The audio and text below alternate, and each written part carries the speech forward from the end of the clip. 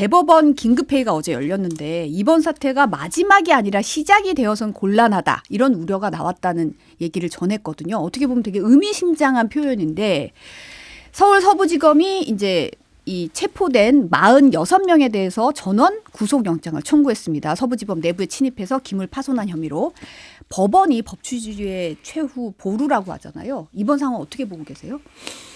일단은 말씀하신 대로 법원은 근대 국가의 마지막 단계고 그 결정이 무시되면 그 국가는 사실상 붕괴될 수밖에 없는 거예요. 왜냐하면 그 다음부터는 힘의 논리가 지배하게 되고 근대 국가의 핵심인 제도에 의한 그리고 타인의 그 제3의 기관에 의한 문제 해결이라는 건 사라지고 자력구제로 모든 것을 해결해야 되는 각자 도생의 만인에 대한 만인의 투쟁 사회로 바뀌게 되는 것이죠. 그런 우려가 시작이 된 겁니다. 우리나라에서. 예, 이 우려가 여기에서 지성을 갖춘 시민들에 의해 지성인들에 의해 종결되기를 저는 희망을 하고요. 법원이 침탈된 것도 문제지만 제가 볼 때 또 이거보다도 더 심각한 것 중에 하나는 특정 판사를 찾아가지고 헤맸다는 거예요. 네. 이거는 제가 볼 때는 뭐 거의 테러를 하려고 한 거 아닌가 이런 생각이 들어서 법원을 침탈하고 법원 안에 법관인 법관을 테러를 하려고 했다. 참 이거는 굉장히 좀 심각한 문제다. 이거는 뭐 여야 할 거 없이 어떤 나라의 근간을 다시 세운다는 그런 생각으로 모두가 한 목소리로 대책을 고민하고 그거에 대해서 단호한 목소리를 내야 된다. 물론 그 과정 속에서 과도함이 있다면 뭐 가끔 브레이크를 밟아주는 것도 필요하겠지만 그런 것이 보이기 전에 미리 자신들의 진영이나 진영의 이익을 위해서 목소리를 내는 거는 상당히 부적절하다 이런 생각이 듭니다. 네. 명백한 잘못이죠. 있어서는 안 되는 일이고요. 법치주의의 최후의 보루가 법원이다라는 말씀 전적으로 동의합니다. 동의하지 않는 국민은 저는 없을 거라고 생각합니다. 법에 따라서 엄정하게 처리돼야 된다고 생각하고요. 재발이 있지 않도록 강력한 대책을 마련해야 한다고 생각합니다. 그러나 똑같은 관점에서 이 말씀은 꼭 드리고 싶습니다. 거기에 법원에 난입한 40여 명이 그때 윤석열 대통령의 구속에 항의하고 반대하는 그 앞에 모였었던 집회에 참석한 수만 명을 대표하는 것은 아닙니다. 그 사람들이 그 나쁜 짓을 했으니까 이 사람들도 다 나쁜 놈들이다. 그리고 그것을 국민의힘이 기획하고 선동했다라는 아까 이제 김상민 평론가님 말씀이 딱 맞습니다. 그것을 자기 진영의 이익을 위해서 그것을 견강부회해서는 안 되는 것인데 그 일을 이미 민주당은 그날부터 이제 시작했습니다. 그런 것은 법치주의의 관점에서 그것은 안 되는 일이라고 생각합니다. 그리고 그때 모였던 그 많은 사람들, 수만 명의 그 시위 집회에 참석했던 사람들의 그 목소리가 당신들 중에 일부가 그런 짓을 저질렀으니까 당신들이 한 말도 다 나쁜 거야. 당신들 그런 말도 이제 하지 마. 우리는 거기에 대해서 이제 면죄부를 얻었어. 이렇게 하는 태도는 곤란하다고 생각합니다. 저는 어제 법관 그 비상 긴급회의가 열렸다고 하는데 이 문제의 심각성, 중대성 논의한 것 당연합니다. 잘했습니다. 그런데 저는 거기에 더해서 왜 그러면 법치주의의 최후 보루라는 법원이 이렇게 많은 사람들로부터 불신과 의혹을 받게 되었을까에 대해서도 법관들이 한번 논의를 했어야 된다고 생각합니다. 그런데 지금 분위기는 마치 이런 얘기를 하면 당신들 그거 뭐 편드는 거야? 그 법원 난동한 거 그러니까 그럴만했다라고 얘기하는 거야? 말도 하지 말라 이런 식으로 이제 몰아가는 것 그런 분위기가 있습니다. 그것은 굉장히 잘못된 것이고요. 민주주의에 굉장히 위험한 것이라고 생각합니다. 예를 들면 미국 의회에서 지난번 대선 직후에 의회에서 폭동이 일어났을 때 명백히 잘못이죠. 법에 따라 처리해야 되는 것입니다. 그러나 그렇다고 해서 트럼프를 지지하는 모든 국민 또는 공화당이 거기에 다 책임이 있다. 그 사람들이 다 폭동 세력과 같은 것이다. 이렇게 규정할 수는 없는 것입니다. 그런 일은 일어나지도 않았었습니다. 그런데 지금 그런 식의 분위기는 저는 매우 경계해야 된다고 생각합니다.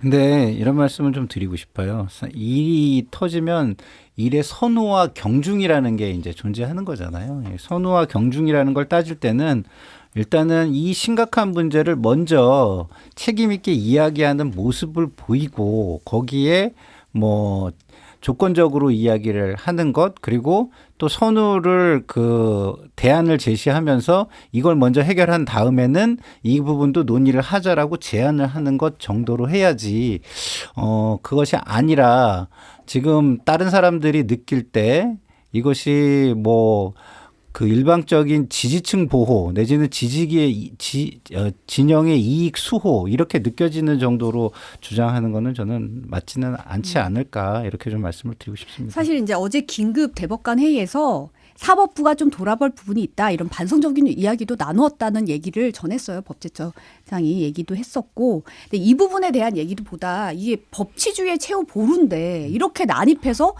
특정 담당 판사의 이름을 부르면서 어떻게 하겠다 험한 말이 막 나왔었거든요. 이런 상황이 너무 참담하다는 거죠. 어떻게 보면.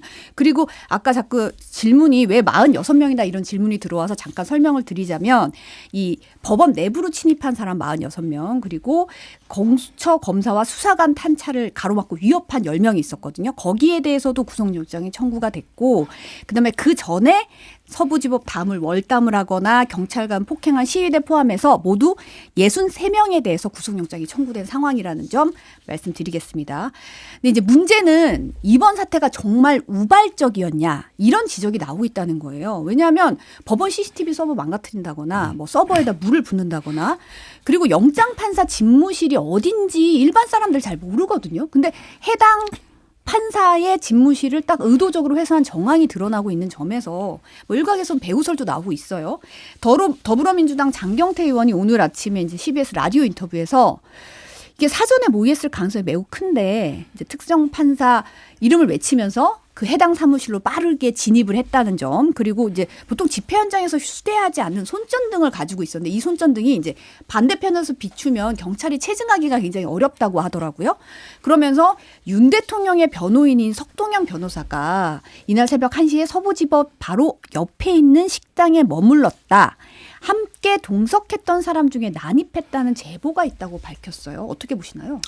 그러니까 어떻게 보느냐보다는 이를 진실규명은 명명백백하게 해야 된다는 차원에서 배후에 대한 철저한 수사가 필요하다 이런 말씀을 좀 드리고 싶습니다. 왜냐하면 배후가 있고 없고에 따라서 일의 심각성이 굉장히 다르고요. 그다음에 죄의 엄중함이 전혀 다릅니다.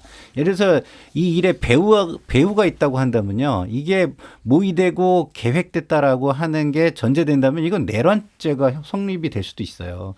국헌이 문란해지고 그다음에 폭동이 있었고 이게 사전에 철저하게 기획 모의가 됐다 그러면 그게 내란죄가 성립이 될 수도 있는 겁니다. 그러나 이게 우발적으로 일어났다 그러면은 그거보다는 뭐 어떤 폭동이나 소요나 뭐 이런 쪽으로 이제 조금 이게 좀 경중이 좀 낮아지는 그런 부분도 있거든요. 그래서 죄의 엄중함을 따지고 그다음에 재발 방지를 위해서도 배후가 있는지 없는지는 명확하게 밝히는 것이 너무 중요한 것이지 이게 그냥 뭐 배후가 있냐 없냐 단순히 이걸 논쟁하자는 거는 아니다. 본질을 제대로 파악하고 이거에 대한 대처를 제대로 하고 이거에 대한 또 재발 방지에 대한 논의를 제대로 하기 위해서 꼭 필요한 것이다. 이런 말씀을 드립니다. 사실관계를 명명백백하게 밝혀야 된다는 말씀에 크게 동의하고요. 네. 밝혔으면 좋겠습니다. 여러 가지 의혹들이 있습니다. 반대편에서는 또 정반대 의혹을 제기하고 있어요. 일부러 기획하고 이렇게 유도했다. 그러니까 저는 그 근거가 어느 정도 그것이 우리가 한번 조사해 봐야 되겠네 할 만한 그런 신빙성이 있는 것인지 잘 모르겠습니다. 지금 이 장경태 의원의 주장은 사실은 이런 정도를 가지고 이렇게 주장한다고 석동현 변호사가 새벽에 식당에 있었다라는 걸 가지고 그럼 이제 이런 생각을 하게 됩니다. 법원에 들어가서 난동을 부리면 그것이 누구한테 이익이 되는 거죠? 그렇게 했을 때 석동현 변호사나 윤석열 대통령 측에 그게 이익이 됩니까? 반대인 거 아니겠습니까? 그런데 지금 이런 제가 보기에도 잘 납득이 않는 이런 근거를 가지고서 이렇게 주장을 하는 것은 저는 좀 신빙성이 없다 생각하고, 그럼에도 불구하고 뭔가 수사할 만한 소지가 있다면 밝히고, 어차피 수사 과정에서 그 부분 밝혀져야 되는 거 아니겠습니까? 그런데 이제 장경태 의원은 과거에도 청담동 첼리스트 술자리, 그다음에 멋쟁 해병 이런 것들 너무나 터무니없는 제보다 받았다 하면서 이런 의혹 제기를 많이 했었고, 사실이 전혀 아니었는데 사과도 하지 않았었고, 이런 전력들이 있습니다. 이런 거 굉장히 유감이고요. 앞서 나온 말씀들에 대해서 짧게만 설명을 드리자면, 저희 당은 선우를 뒤바꾸지 않습니다. 이 문제가 매우 중대하고 이 문제가 다 우선이라고 생각합니다. 그런데 그 이후에, 그런데 이 문제에 대해서도 그것대로 밝히고 중요한 문제다라고 얘기하면 그것만 가지고서 지금 야당은 공격하는 거, 그래서 맞다는 얘기야, 잘했다는 얘기야, 이렇게 하는 것이거든요. 그래서 안 된다고 생각하고요. 경찰이 이 문제에 엄정하게 대응하고 강력하게 처벌하는 거 좋습니다. 그런데 국민들께서 궁금해하십니다. 과거에 민주노총 전농이 불법 시위하고 경찰관들 폭행하고 국가 공권력에 대한 정면 도전 아닙니까? 그때 똑같은 잣대가 적용이 됐었던가, 왜 이번에만 이렇게 하는 것인가, 그런 의문에 대해서도 공권력이 답을 해야 한다고 생각합니다. 근데 그 부분에 대해서는 저는 좀 질문을 드려야 되는 게, 그러면은 민노총과 전농에 대해서 당시 공권력이 같은 잣대로 안 했다는 말씀을 지금 하시는 거잖아요. 근데 그렇습니다. 제가 볼 때는 그때도 엄정한 법 집행이나 이런 걸 주장을 하고 충분한 법적 조치를 한 거라고 저는 그렇지 보거든요. 않습니다. 이렇게 수십 명이 구속된 적이 없었고요. 그때야말로 그때야말로 명시적인 법원에 침입해서 기물을 파손한 적이 자체가 없잖아요. 많이 자, 다르지 명시적인 않나요? 지시가 있었고요. 그때는 그래서 경찰관들 밀어붙여 해가지고 수많은 경찰관들이 크게 다쳤었습니다. 그게 불과 몇 달 전의 일입니다. 그때 이렇게까지 엄정하게 대처하지 않았었던 것은 분명한 사실이죠. 최근에 이제 한남동 대통령 관저 근처에서 경찰 다치게 한 민주노총 조합원도 구속이 됐다는 점, 속보로 들어온 거 좀 말씀을 드리고요. 근데 이번 사태만 좀 너무 모든 거를 다 확대시키는 것 자체가, 이번 사태에 법원이 이런 식으로 난입을 하고 침탈을 당한 이거는 유례가 없는 일이기도 하거든요. 그리고 지금 이런 게 한번 이게 무너지면, 사실 대법관회의에서 나왔던 게 마지막이 아니라 시작일까 두렵다는, 그게 곤란하다라는 지적도, 이번 사태에 대해서 엄정하게 뭔가 있었다면 그걸 밝히고 수사로 밝혀야 될 부분을 밝히고 다시는 이런 일이 일어나지 않아야지 법치주의가 제대로 서는 게 아닌가, 이런 생각도 좀 들고, 지금 문제가 뭐 집 주소, 자녀 위치까지 신상털이가 계속되고 있어요. 특정 판사에 대해서. 이건 굉장히 판사 개인에 대한, 그리고 법원 판사들도 굉장히 위축돼서 뭐 외부 외출을 자제하라든지 이런 분위기가 형성되고 있다는 점도 상당히 우려되는 면모가 있는데, 이렇게 사태를 키우는데 문제는 극우 유튜버들의 역할이 컸다, 이런 비판이 나오고 있거든요. 뭐 정광훈 목사 같은 경우는 유튜버들 향해 뭐 서부지법 주소 한번 띄워주고 우리 빨리 그쪽으로 이동해야 된다, 윤 대통령이 힘을 얻으려고 우리 바로 공덕동으로 이동하려고 합니다, 뭐 이런 얘기를 한다거나, 국민 저항권 얘기하면서 대통령을 구치소에서 데리고 나와야 한다, 이런 선동적인 발언을 하기도 했어요. 그러니까 지금 문제가 지금 지적해 주신 대로 이게 단순히 그 법원이 한번 침탈당했다, 이런 문제가 저는 아니라고 보는 게, 책임 있는 위치에 있어서 국민들에게 책임 있는 이야기를 하고 해야 하는 분들이 법을 무시하고 법원의 판단을 넘어서서 존재하려고 하는 듯한 모습을 보인다는 거예요. 그러니까 그런 모습에 대해서 지지자들이 열광을 하면 어떻게 되겠습니까? 그러면은 법 위에 군림하는 세력이 생기는 겁니다. 과거에 뭐 나치라든가 뭐 이런 시기를 보면 종교가 그런 역할을 많이 담당했어요. 그리고 우리가 뭐 국시가 공산주의일 때도 종교나 이런 데서 그런 부분에 대해서 종교적으로도 많이 이야기를 함으로써 국민들의 어떤 신념이나 가치관 같은 걸 많이 흔들었었거든요. 그랬을 때에 그 국가의 모습이라는 것은 권위주의 체제로 급격하게 넘어갈 수 있는 위험성이 있다라는 문제가 있습니다. 그래서 이것이 뭐 단순하게 지금 그 뭐 침탈이네, 법원이 뭐 저기가 무너졌네, 이런 거를 해결하는 문제도 있지만, 그 뒤에 이것을 법 위에 군림하려는 자나 배우가 있어서 그 사람들을 지속적으로 동원하거나 선동하려고 하는 어떤 의도가 있다면 그건 훨씬 더 조직적이고 큰 문제가 될 수 있거든요, 향후에. 그래서 저는 지금 말씀하신 대로 정광훈 목사가 종교적인 말을 통해서 사람들을 마치 이게 종교적 신념인 것처럼 호도하고 하는 부분들, 이런 부분은 굉장히 위험한 것이다. 그리고 현직 대통령께서 법원의 어떤 결정이나 이런 것들을 불법이라고 본인이 결정하는, 그러니까 그게 제가 볼 때는 부당합니다. 그래서 이런 부분에서 저는 이런 불만이 있습니다. 이의를 제기합니다. 라고 얘기하는 것과 이 자체는 불법이다라고 규정하는 거는 전혀 다른 거거든요. 아니, 우리 보수 측에서 과거에 진보 진영을 꾸짖을 때 제일 많이 쓰던 말이 있어요. 악법도 법이다라는 얘기예요. 악법도 법이다. 에? 그런 얘기로 지금까지 얘기를 해왔던 분들이 보수 진영에 굉장히 많습니다. 훨씬 많아요. 진보 진영보다. 그런 분들은 다 어디 갔는지 제가 모르겠고요. 어떻게 지금 이런 법 위에 군림하는 듯한 모습에 사람들이 출연하는 것을 그대로 보고 계시는지 좀 답답합니다. 악법도 법이다, 법을 지켜라라고 마치 악법을 강요하는 것처럼 어느 보수 진영에 누가 그렇게 얘기한, 저는 기자 생활 30년 하면서 처음 들어보는 얘기고요. 굉장히 호도된 얘기라고 생각합니다. 정광훈 목사의 저런 발언들 중에 하나하나 따져봐야, 엄정하게 따져봐야 됩니다. 이럴 때일수록 서부지방법원으로 모여라, 공덕동으로 가자, 이것을 선동이라고 할 수는 없는 거죠. 다만 대통령을 구치소에서 데려와야 된다, 이건 잘못한 얘기죠. 이런 것은 법대로 처벌해야 될 소지가 있는 거라면은 처벌해야 되는 겁니다. 그렇지만 그 앞에 서부지방법원으로 모여라, 이것을 폭동을 선동한 것이라고 할 수 있나? 그런 부분은 저는 좀 의문이고요. 그리고 대통령이 불법이다라고 규정했다라는 이제 그 말씀을 하시는데, 왜 그러면 우리 국민들이 그날 그렇게 많은 사람들이 서부지방법원 앞에 모여서 그렇게 사법부에 대해서 불신을 표시했을까? 저는 제가 보기에는 저 같은 객관적으로 보려고 하는 사람의 시각에서도 너무나 이번 대통령을 수사하고 구속하고 하는 과정에서 이게 정말 법에 맞는 건가? 저는 공수처법 다 형법 다 읽어봤고요.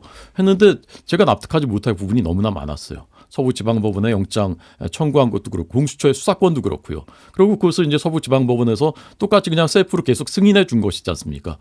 그런데 공명정대하게 하려면 문제의 소지가 없게 그냥 공수처법에 규정된 대로 서울중앙지방법원에 했어야죠. 그리고 수사권에 문제가 없도록 처음부터 경찰이 했었어야 되는 것이죠. 그런데 하나하나 이런 것들을 쌓여왔고, 거기에 그런 것들을 승인해 준 사람들, 공수처장, 그다음에 서부지방법원장, 영장 전담 판사 모두가 우리법 연구에 전체 법관들의 3%밖에 되지 않는다고 하는데, 여기 이 커넥션에서 그런 것이 모두 결정이 된 것이 아닌가 하는 국민들이 의심을 쌓아온 것입니다. 저는 이제 그런 것들이 최근에 나타나는 여론조사에서도 반영이 되고 있다고 생각해요. 그런데 지금 이제 민주당은 그런 모든 것을 내란 선전하지 말아라, 그리고 검열할 수도 있다, 그거 다 신고 제보 받아서 단호하게 고발하겠다, 일반인이라도, 이렇게 대응을 하는 것이거든요. 저는 민심이 왜 그런 생각을 하고 왜 그렇게 많은 사람들이 거기에 모였을까? 그걸 다 수고 꼴통이다, 전광훈한테 선동을 받았다, 이렇게 생각해서는 안 된다고 생각합니다. 돌아봐야 되고, 그리고 자신한테 돌아볼 부분이 없는지를 살펴봐야 된다고 생각합니다. 근데 저는 궁금한 게, 물론 보고 이 결정은 좀 잘못됐어, 이건 내가 납득이 되지 않아라고 말을 할 수는 있죠. 근데 그거를 법원에서 분명히 기각을 했고, 이 판단은 맞다고 얘기를 했고, 서울중앙지법까지 체포 적부심에 대해서 이건 문제가 없다라고 판단을 했으면 그걸 지키고 수화하고 그걸 받아들이는 모습을 보여주는 게 현직 대통령이라면 당연한 거 아닙니까? 근데 어쨌건 영장 결국 수용해서 갔지 않습니까? 공수처로 갔지 않습니까? 그리고 다 수감됐고요. 법대로 다 진행되고 있지 않습니까? 근데 그 부분에 대해서 그것이 불법이다라고 주장하는 그것은 개인이 할 수 있는 거라고 저는 봅니다. 저도 잘 납득이 안 되는데, 그걸 그냥 서부지방법원이 했으니까, 이신청했으니까 서울중앙지법은 앞에 다른 법원이 해놓은 것을, 그 체포 적부심을 뒤집기가 매우 어려운 입장이었겠죠. 그런데 그렇게 했으니까 말도 하지 마, 이렇게 할 수는 없는 겁니다. 아니, 근데 법원의 판단이 그게 우리 사회 갈등의 최종 결정인 겁니다. 그리고 그렇기 때문에 그걸 다투려면 수사에 협조를 하고 법리로 그 안에서, 그 제도 안에서 1심, 2심, 3심을 통해 가지고 해결을 해야 되는 거지. 이 수사 자체가 불법이다라고 본인의 주장을 법원이 아니라고 했음에도 불구하고 계속하고 더더군다나 힘과 권력, 지위가 어마어마하게 높은 최고의 지위에 있는 사람이 한다는 것은 말이 안 된다는 말씀을 드리는 것이죠. 그리고 주장은 누구나 할 수 있습니다. 그러나 결론이 나면 승복을 해야 되는 거고 그것도 최종 결정자인 법원이 결론을 내면 일단은 승복을 하는 게 맞습니다. 그게 1심이든 2심이든 3심이든 그게 마음에 안 들면 2심, 3심으로 3심제라는 제도를 통해서 해결하기 위한 노력을 해야 하는 것이죠. 그래서 그 말씀을 드리고 싶은 거고요. 그리고 지금 거기에 모여있는 사람들을 모두 다 폭도로 몰았다고 얘기하는데 그것도 저는 너무 일반화의 오류라고 생각이 드는데 일단은 지금은 문제가 되는 사람들을 골라서 수사를 하고 그 사람들에 대한 처벌을 진행하고 있는 겁니다. 지금 거기 있는 사람들에서 전부 다 폭도니까 다 잡아들여라 이런 얘기를 하는 사람은 없잖아요. 그래서 그 부분을 말씀을 드리고 싶고 그리고 조국 지금 전 대표 전 교수가 그 법무부 장관을 하고 그 문제가 됐을 때 서초동에 모여 있는 사람들에 대해서 보수 진영에서 한 얘기를 다시 한번 좀 복기를 해보시면 그 부분에 대해서 다 문제가 있다고 얘기를 했던 거 아닙니까?